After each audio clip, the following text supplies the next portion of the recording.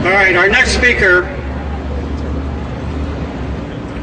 is with 911 families, people that have been affected at 911. Okay, 911 families. And I hope you give a big round of applause for Mr. Ed Kowalski.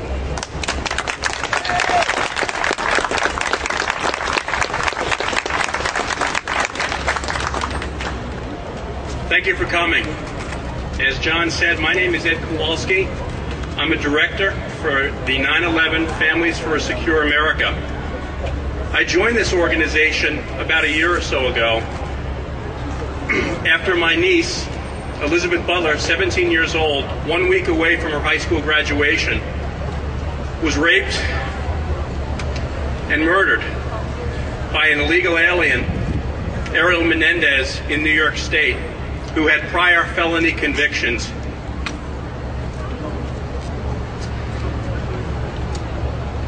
All too often, we recently have heard politicians, most recently in Newark, Mayor Cory Booker exclaimed, "Enough is enough," at one of the 3 funerals held for the victims of the Newark schoolyard murders. In that same state, Governor John Corzine spoke to the people of Newark. He said, "As a human being, not just as your governor, I am here with a broken heart, a sad heart, a heavy heart.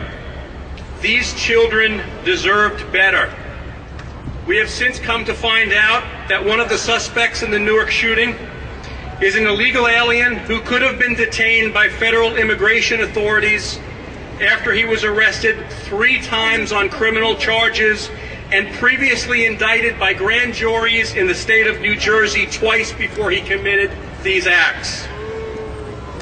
In April, he was indicted on aggravated assault and weapons charges.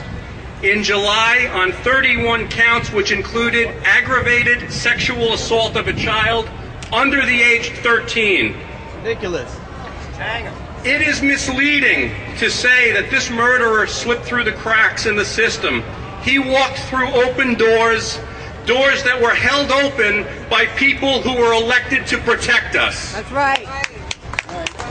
Hang 'em. Essex County District Attorney Dow would not answer questions about how Carranza was released on bail despite his illegal immigration status and charges earlier that he raped a 5-year-old and then threatened the child's parents.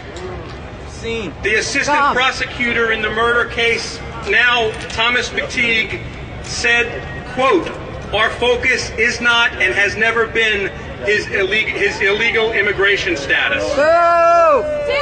Wrong. 25 Americans on average a day are killed by illegal aliens. Folks, I'm going to ask you to do the math. That works out to over 9,000 deaths per year. Newark and scores of other cities across the United States are sanctuary cities. This foolishness restricts normal police activity and ignores how serious criminals are sometimes found through traffic checks and other routine acts of everyday law enforcement.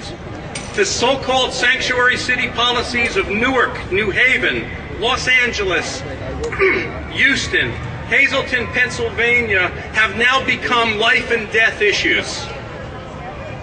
We have immigration laws in place, but yet we refuse to enforce them. Sanctuary city policies defy guidelines from the 9/11 Commission report, which called on state and local authorities to help federal agencies crack down on illegal immigration. On page 390 of that very same report, it said, and I quote, "There is a growing role for state and local law enforcement agencies for the enforcement of immigration law.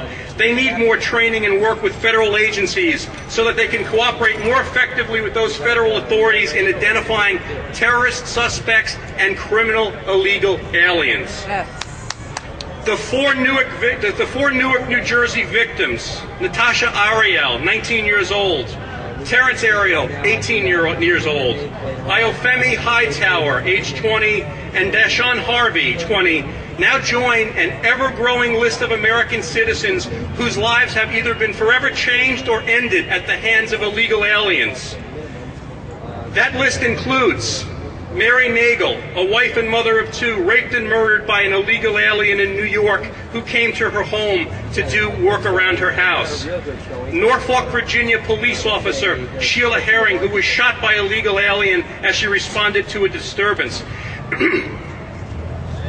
Police officer Rodney Johnson, a 12-year veteran of the Houston Police Force with 5 children, who was killed by an illegal alien who had previously been deported for molesting a 12-year-old girl.